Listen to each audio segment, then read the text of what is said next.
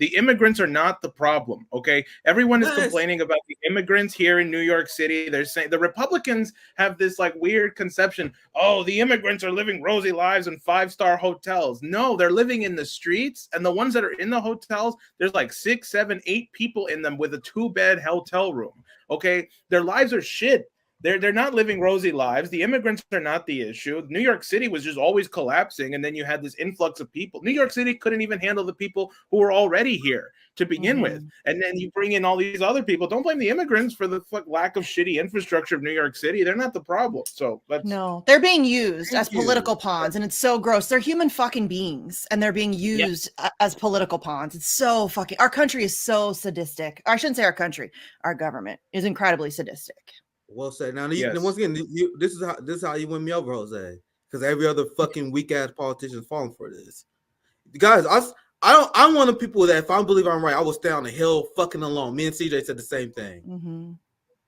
To me, and I'm allowed to say this, and I am one of the people that go after my community as hard as anyone else. I heard a lot of white people feelings all the time when I talk about white America. I go as hard as my community as anyone else. There is nothing more pathetic, and I will say this to any person face. I will say this to all the black people in Chicago. I will say this to their face. I will say this to all the black people in New York. There is nothing more pathetic than you motherfuckers complaining over crumbs. Right? Massa, can I have some welfare, Massa? No, come on, Massa, stop giving the fucking immigrants the welfare. You got fucking corporations making record profits. You got Israel being sent billions of dollars. We sent billions of dollars to Ukraine, but you guys are finding over $9 million to migrants in Chicago. That was one of the black, because people will say this, all these white people like, you guys see what the black people in Chicago, they concerned about it too. Have you guys heard what they said? I did a segment about it. I was the only one brave enough to do a segment to expose how dumb these people are. You have this black lady who's leading the charge in Chicago, the anti-immigrant charge in Chicago. You know she's a Trumper, for one. You guys know she did this whole thing. She's like, yeah, I believe Democrats went so far left, I am now voting for Trump. You guys know that she's the one behind the whole black people behind are super concerned about immigration thing in Chicago. And you guys want to know what she said? She said that the reason why social programs is underfunded in black communities is because of the migrants. So we have to take billions of dollars and send it to the wall. How does that fix the problem? And also, before I get you guys in, because I see you guys chime in again here, these same people will say, oh my God, the migrants are siphoning social money for social services. So let's vote for the Republicans who are against social services. Do you guys see how unserious they are? And why I am not okay with anti-intellectual, dumbass shit in my community. And a lot of white people are like, oh my God, black people worry about immigration. They're wrong. You worry about immigration and we got cop cities being built? Get fucking serious. Yeah, when you worry about immigration as Zionists are hijacking our system, get fucking serious. And they're in the whole Chicago thing, because apparently no one looked into it. They was mad because a migrant center got $9 million. Nigga, that's nothing. Yeah. You guys are bitching over fucking pennies. $9 million, that's what some white families make a year. The fuck y'all talking about? Exactly. $9 million, nigga, that's a fraction of what it costs to build Cop City. So instead of worrying about the money being sent to migrants, why aren't you worried about calling out the military-industrial complex and police state? You don't because it's too hard. They don't because it's too hard. They don't because they don't want to make powerful enemies. They want to make enemies of the weak migrants that have no power. That is what it is. That is what everyone's feeding you guys. And that's why there's a lot of right-wingers don't like my take on this, but I'm not feeding the bullshit.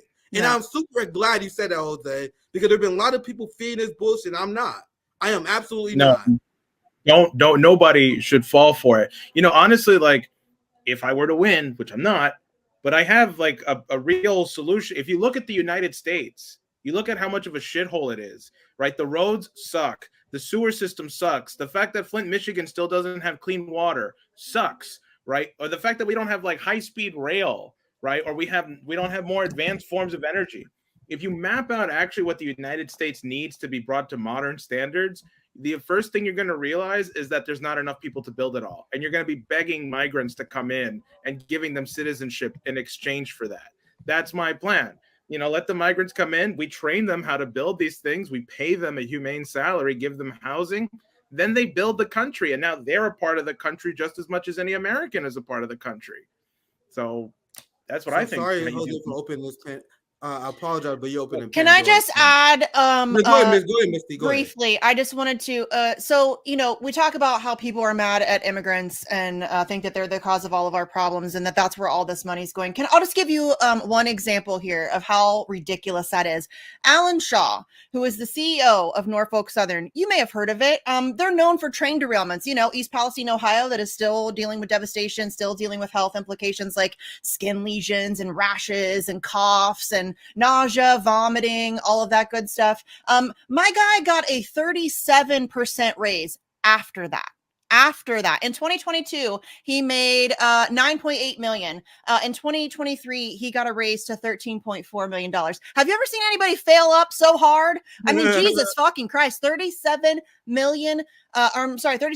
up to $13.4 million. And we're sitting here talking about we should be calling that out, first of all. But yes, also the military industrial complex. How many billions of dollars did we send to a cokehead in Ukraine who has Nazis in his military? How many billions? I'm just curious. Unaccountable money. We have no idea where it went. We have no idea whose hands it ended up in. Most of it went up his nose, I think. And Lahaina, still in ashes. Not a damn thing's been done to help those people. Not a damn thing. They are still East Palestine, still dealing. In Lahaina, they wanted to give them $700 per household, not even per person, per household, to deal with that situation. And we're going to send billions of dollars. We sent before October 7th. We were sending $3.8 billion every single year to Israel. They have healthcare. We do not. And it's just, it blows my mind. Yes. We spent on Afghanistan, $300 million a day on Afghanistan, but you got a bunch of fucking but it's immigrants, guys. Complaining about $9 million. Like, yeah, so it's immigrants. Go ahead, That's Misty, the problem. No, it's so frustrating to me that people, and I think that we're starting to see it turn around because there was some polling done in January. And listen, polling is what it is. I take it with a giant dose of salt. But the polling numbers in January showed that the focus that people were putting on foreign policy issues increased tremendously over this past election cycle as they were starting into 2024. Across the board, Democrats, Republicans, didn't matter. Everybody put it higher on their list than they had in previous years. And that's fantastic because I don't think people recognize the direct implications that foreign policy has on domestic policy. Of course it does. And if you want to know why the country's collapsing, it's not like we don't know. We have historical precedent for this. Every time an empire fails, it's because they've overextended militarily. They don't take care of their own people at home. All of those things. We see it happening. It's happening right now. And so it's been very frustrating for me to watch people not talk about foreign policy because it's so far away. It doesn't matter. It matters. It's actually 100%. Missy, to that point, I want you guys to realize this whole thing about people not voting on foreign policy is a boomer thing. Study history. You guys understand that generals went to war, the effects of war, and people's foreign policy is what people and how they viewed their leaders. Like, this is why the United States was forced to be an isolationist state before, because people were strongly isolationist. They were forced to support that. The Vietnam War was the first televised war, and people was voting on the Vietnam War. And during the time where boomers was adults and grown up, it was a coordinated effort by the media class after Vietnam to make Americans not care about foreign policy, to make foreign policy something that you don't talk about, we don't care about. Oh, so who cares about foreign policy? But before that, it was something that was extremely important.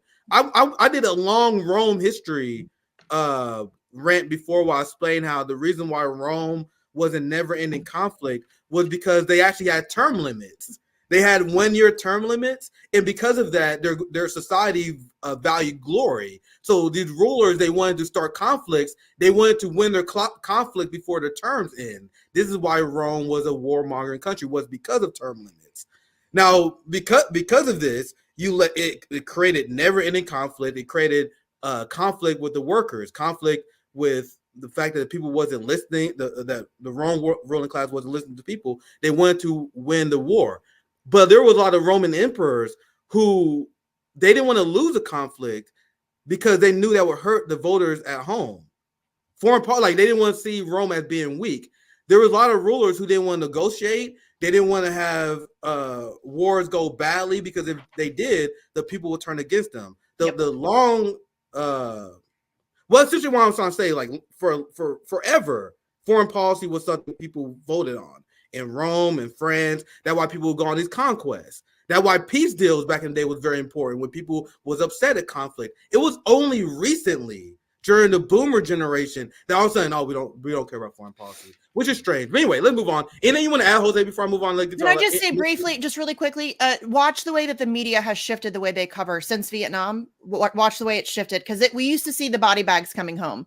We don't anymore. There's a reason for that. Yeah. Jose, anything last thing you want to add to before I move on? No, I just wanted to say, I mean, that thing on term limits in Rome is very right. I think we are in that problem now because Rome was decay, right? It could only live off of pillaging others and making sure that its own people were dying. It's like a monster that is already dying, and it just has to keep eating and eating and eating in order to, delay the inevitable collapse. So, no, I endorse what you said. And I just wanted to say, I am considering Misty as my communications director if I win. I think. Dude, that would be fucking powerful, fam. Yeah, I would. I don't know. Do you guys know Gay Waiter Paul on Twitter? I love him. Paul Sorrentino. I think it's I love that guy. I love him. He joked in I think 2020 that he was going to run for president, and it was like him and Hallway Cat or something. I don't know. But he always said that he was going to make me his his press secretary or something. And that always made me laugh. This is one last thing I want to bring up because once again, I'm very happy you went on that base rant, Jose, because I've been going crazy the last year or so. This whole Joe Biden open border. That everyone just made the fuck up. You gotta know there's an open border every time there's election season. Somehow the border always open up right around election time. Isn't that funny how that works? Real quick, Skylar, the creator. I have never once said that out loud. I don't know what you're talking about. I don't care about Skylar. Who cares? All right. But you remember the migrant caravan during the Trump years? Like people keep pretending that this migrant shit is new because every American got a memory of a fucking goldfish. Every election, the border all of a sudden get open. Remember the migrant caravan? Yes. During the midterm crisis? Every fucking election.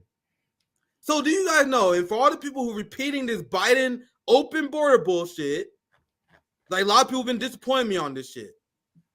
Yeah. Repeat after me. Joe Biden deported more people in 3 years than Trump deported in 4. Joe Biden deported more Haitian people in 9 months than Donald Trump did the entirety of 4 years.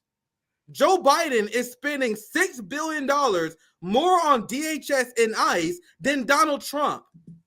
What the fuck are you guys talking about regarding an open border? You guys need to admit that neoliberal capitalist solutions to immigration do not exist. You guys know that's why they don't want to reach that conclusion. And I have been very vocal about this on Twitter. And I have been very shocked to see the fact that I have been a very open border advocate. So we've been questioning this narrative that no one invites me on to discuss this. I've been talking to them. I'm like, hey guys, you guys want to debate me on this open border shit? Because what you guys saying is not adding up. It is not adding up. The reality of the situation is there is no neoliberal capitalist solution to the immigration crisis. You guys need to end the Cuban embargo, lift the sanctions that you guys have Venezuela and South America, and end U.S. imperialism and help rebuild those countries and pray that the immigration crisis slows down. No matter what kind of police state you build, this solution is not going to go away. I'm not going to cover a lot of this because I want to get your, as a candidate, I'm going to ask you this, your reaction to Biden's State of the Union address. But before you answer, this is the only clip we're going to play. It's not going to be a long segment because in my intro, I explained to you guys Biden gave what can only be described as a fascist pro-war speech.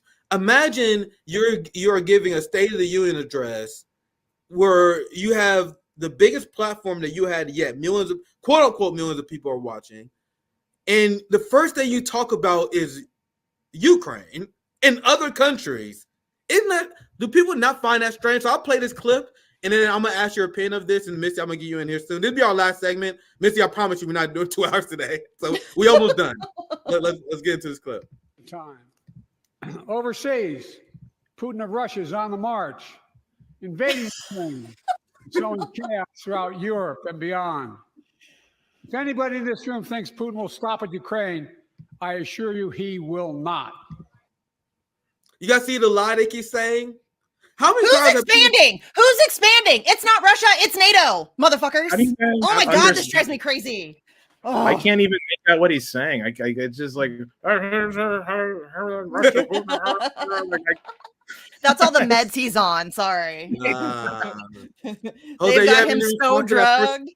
I had to stop it there because that's the first lie. Because you know why they are saying this. They started this. You guys know when they started really accelerating this talking point that you will hear from the most insane neocons around October 7th, ever since the genocide. Because before, correct me if you guys think I'm wrong, but before, when they talk about the Ukraine war, they would say, well, we need to stand up for human rights, for freedom, sovereignty, democracy. You know what I mean? We got to stand up against war crimes. But after Gaza, the Biden administration haven't even tried to use those same words no more. That's why they pivot to this. We got to stop Putin now or he's going to take over Europe. Not about human rights no more. But Jose, I'm going to get you in here, your response to this. And your overall impression, we don't have to watch too much of this. Your overall impression of Biden's pro-war speech. I'm sure you guys seen a lot of the clips already. But well, I had the displeasure of watching the entire thing even before. I mean, he was delayed to do it because of there was a motorcade that was blocking his entrance. And these protesters held up a sign that said Biden's legacy is genocide. I was really happy to hear that. But when I was watching it as he was coming in, and like all of the politicians, not just the Democrats, all of them were like fangirling Biden as he was walking in, and they were all like, "Oh, take a selfie with me, take a selfie with me." I thought back to this story by Edgar Poe called "The Mask of the Red Death," where there's a plague and a pestilence that is inflicting the entire land, and everyone's dying and everyone's sick, but the prince, he brings up all his friends into his castle. They board it up and they're like, yeah, fuck that. That's not my problem. We're all chilling here. We're all having a good time. And at the end of the story, the disease catches up to them. The mask of the Red Death comes to all of them and kills them all. And that is the situation we're in right now. These people think they are untouchable. They sit in their ivory towers and they think that they don't care about you. That's what that fucking State of the Union told me, is they don't care about you. They don't like you. They don't love you. They don't think about you. Become election year, oh, you're a money bag to them. Oh, you're a supporter of theirs. Oh yeah, we'll do whatever you want. And then they'll fuck you in the ass, and then they'll throw you aside, and then they'll come back in 4 years and do the same song and dance. And I think people need to stand up and say, you know what, fuck you. I'm done. I'm not doing this shit anymore.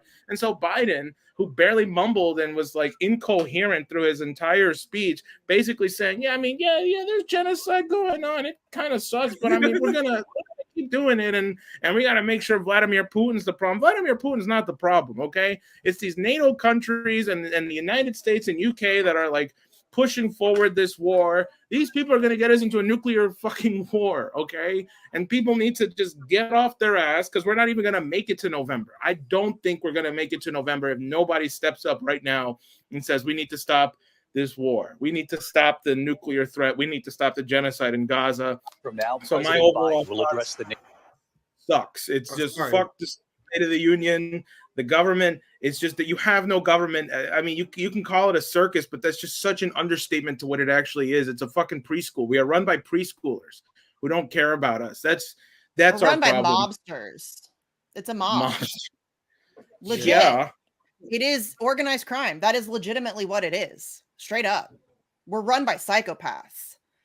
Period. Joe Biden doesn't run shit. I mean, you guys know that, right? Like he doesn't run shit. He's not making any decisions. Zero decisions are being made. Trump won't either. Trump did in his first term. Didn't. No, none of them do.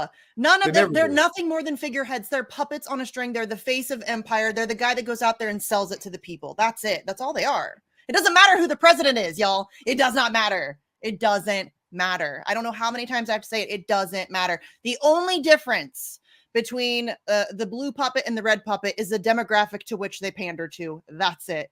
That's it.